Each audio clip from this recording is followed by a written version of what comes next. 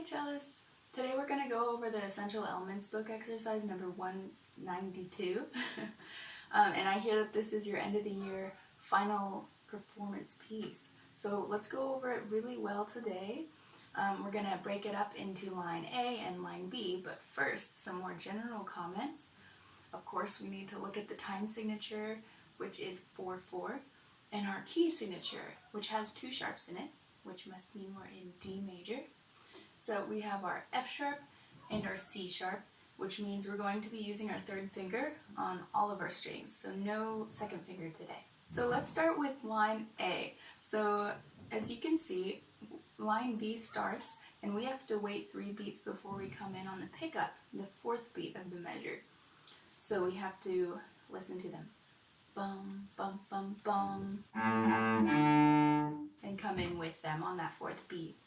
And we're forte here, so in the very beginning we both are forte, and as you can see, if we keep going, next dynamic change is measure 10, so now everybody is soft. It doesn't say so in the part B, but it does say piano when we come in 2 measures later, the pickup to 2 measures later, so we all come down at measure 10 to piano. Then jumping ahead, I think that's measure 14. Now we're forte. So we're kind of going in between the opposites of our dynamic range. Yeah, piano over here, then forte over here. So we have one last change, pick up to measure 23. Pick up to measure 23. We have a piano and we stay soft to the end of the piece. There are some more tricky spots in this piece, like slurring across strings.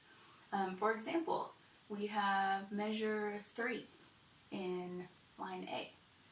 We start on the A string and we slur down onto the D string, and in previous videos we've kind of talked about how we need to use our elbow for that. So we're moving our bow while also quickly changing the angle in the entire bow with just our elbow. Or in this case.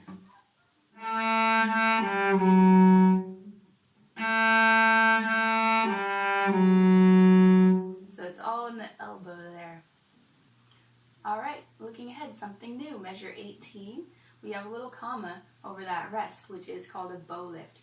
So that half note, we're going to be playing using pretty much our entire bow.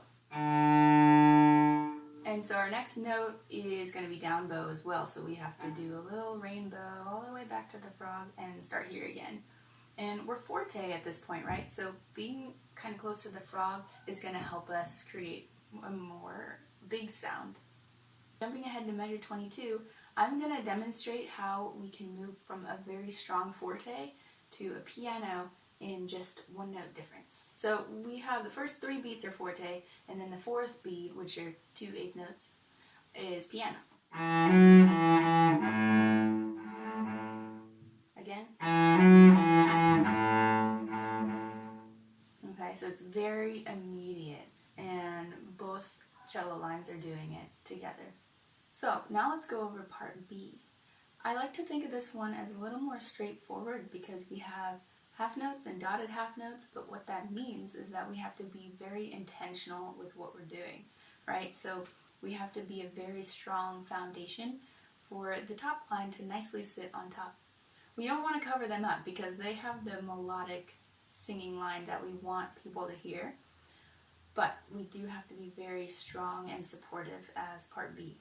So we start this piece off in measure 1, forte, while part A joins us a little later, so we're coming in.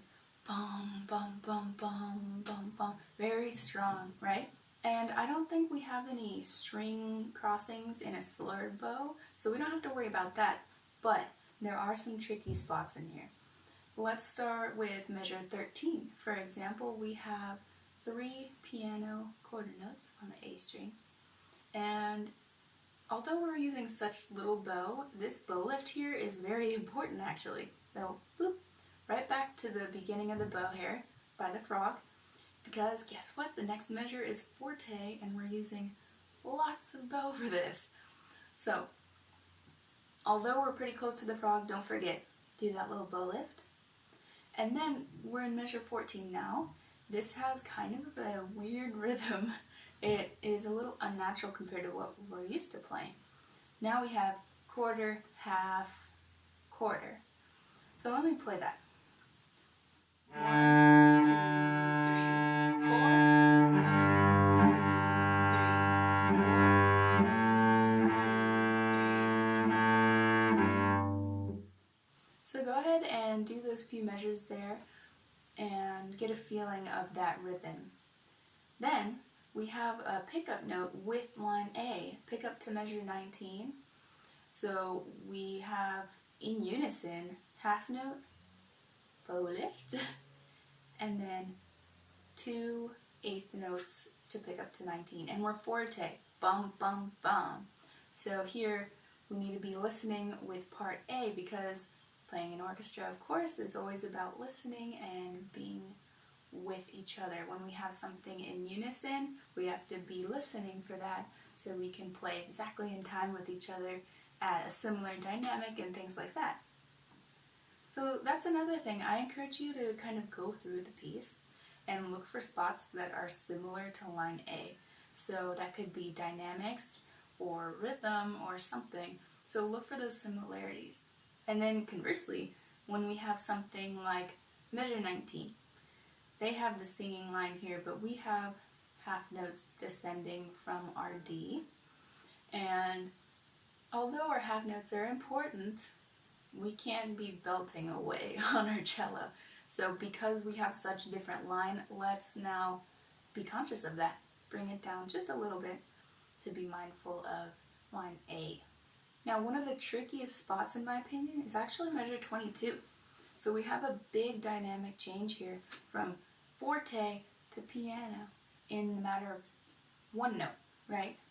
So measure 22, we have 3 beats forte and then 1 note piano.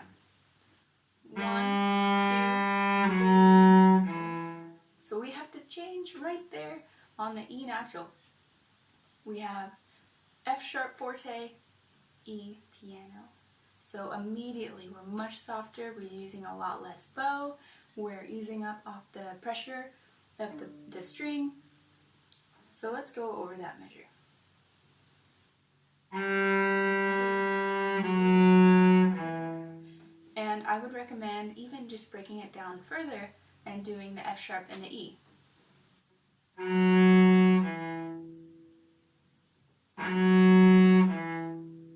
It's very tricky, so definitely go over those 2 notes. And whenever you have a big dynamic change like that, note to note, back to back, go ahead and look over those parts. And then we're piano to the end of the piece. So we stay piano with line A and the rest of the orchestra. So the main takeaway, I would say, is look for where you have unison parts, when it's the same rhythm or the dynamic. Practice your slurred bow changes as if you're playing line A over between strings. And then switching to a completely different dynamic within one note. So thank you for watching this video. If you need to dial it down to like 40 or 50 or 60, always start slow, of course, like always, and then dial it up to our goal tempo of 72 beats per minute. So thanks for watching this video, and I'll see you in the next one because I'll be playing straight through top to bottom line A and line B. Alright, thank you, bye!